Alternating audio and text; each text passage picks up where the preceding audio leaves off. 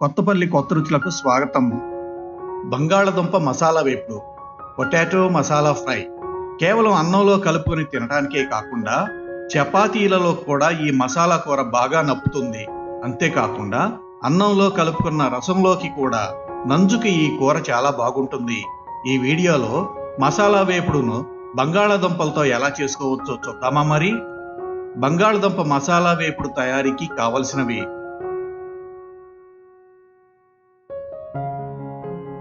బంగాళదుంపలు మీడియం సైజువి 5, గసాలు కొబ్బరి ముద్ద 2 స్పూన్లు, అల్లం వెల్లుల్లి ముద్ద 1 టీ స్పూను, చిక్కుడు గింజలు అరకప్పుడు, కసూరి మెంతి ఆకు 1 teaspoon, soya sauce 1 teaspoon, garam masala powder 1 teaspoon, jeera powder 1 teaspoon, కూర కారం 1 స్పూను, ఉప్పు రుచికి సరిపడా, పసుపు చిటికెడు, వంట నూనె 4 లేదా 5 గరిటెలు, ఆవాలు 1 టీ స్పూను, జీలకర్ర 1 టీ స్పూను, ఎండుమిర్చి 2 లేదా 3, కరివేపాకు 1 రెమ్మ, కొత్తిమీర 1 చిన్న కట్ట.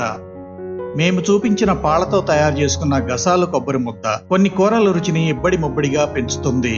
ఈ కేస్ గసాలు కొబ్బరి ముద్ద తయారీ వీడియోను ఈ వీడియో క్రింద డిస్క్రిప్షన్ బాక్స్లో ఇచ్చిన లింకును క్లిక్ చేసి వీక్షించండి. అలాగే రకరకాల కూరలకు చక్కటి ఘాటును సువాసనను ఇచ్చే అల్లం వెల్లుల్లి ముద్దని, అల్లాన్ని వెల్లుల్లిని ఏ పాలలో కలిపి తయారు చేసుకుని నిల్వ ఉంచుకోవాలో తెలుసుకోవాలనుకుంటే అల్లం వెల్లుల్లి ముద్ద తయారీని వివరించే మా కేస్ అల్లం వెల్లుల్లి ముద్ద వీడియోను ఈ వీడియో క్రింద డిస్క్రిప్షన్ బాక్స్ లో ఇచ్చిన వీడియో లింక్ ని క్లిక్ చేసి వీక్షించండి.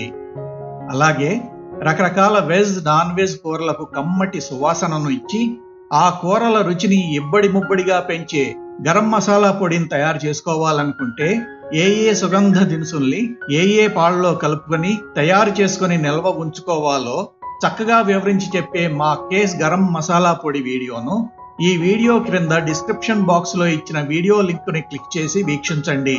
బంగాళదుంప మసాలా వేపుడు తయారీ విధానం: ముందుగా బంగాళదుంపని శుభ్రంగా కడుక్కొని వాటిని సగానికి 2 చెక్కలుగా కోసి వాటిని కుక్కర్లో మెత్తబడే వరకు ఉడికించుకోవాలి.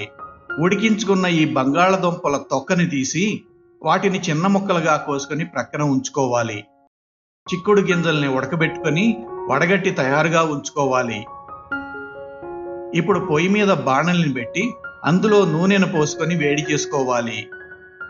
నూనె బాగా కాగిన తరువాత అందులో ఆవాలని, జీలకర్రని, ఎండుమిర్చిని వేసి అవి చిటపటలాడిన తరువాత అందులో గసాలు కొబ్బరి ముద్దని వేసుకోవాలి.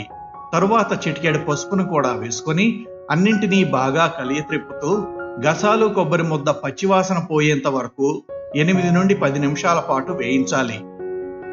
తరువాత ఉడికించుకొని తొక్క తీసి ముక్కలుగా కట్ చేసుకొని ఉంచుకున్న బంగాళదుంప ముక్కలను కూడా వేసుకోవాలి.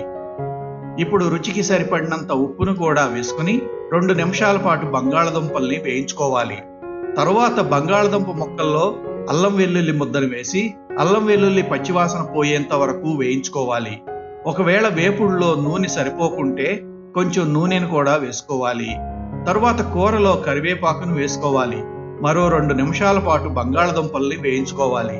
కూరను ఒక్కసారి రుచి చూసుకొని ఉప్పు సరిపోకుంటే ఉప్పును వేసుకోవాలి. ఇప్పుడు ఉడకబెట్టి ఉంచుకున్న చిక్కుడు గింజల్ని కూడా కూరలో వేసుకోవాలి. కూర 2 నిమిషాల పాటు వేగిన తరువాత అందులో కసూరి మెంతి ఆకుని, గరం మసాలా పౌడర్ని, జీరా పొడిని, కూర కారాన్ని వేసుకుని బాగా కలియత్రిప్పాలి. ఇప్పుడు 1 స్పూను సోయా సాస్ను వేసుకుని కూరని బాగా కలియత్రిప్పాలి. చివరగా కూరలో తరిగి ఉంచుకున్న కొత్తిమీరను వేసుకుని ఒకసారి కలియత్రిప్పితే బంగాళదుంప మసాలా వేపుడు తయారు. ఈ బంగాళదుంప మసాలా కూరతో చక్కటి భోజనాన్ని ఆరగించండి. మా వీడియోను వీక్షించినందుకు ధన్యవాదాలు. మా వీడియో కనుక మీకు నచ్చినట్లయితే ఈ వీడియోకి లైక్ కొట్టి మరిన్ని రుచికరమైన వంటకాల కోసం మా యూట్యూబ్ వంటల ఛానల్ కొత్తపల్లి కొత్త రుచులకు సబ్స్క్రైబ్ చేయండి. మా ఛానల్ అప్డేట్స్ ఎప్పటికప్పుడు మీకు తెలియాలంటే బెల్ బటన్ నొక్కండి. అంతేకాకుండా మీకు తెలిసిన వారికి ఈ వీడియోను షేర్ చేయండి.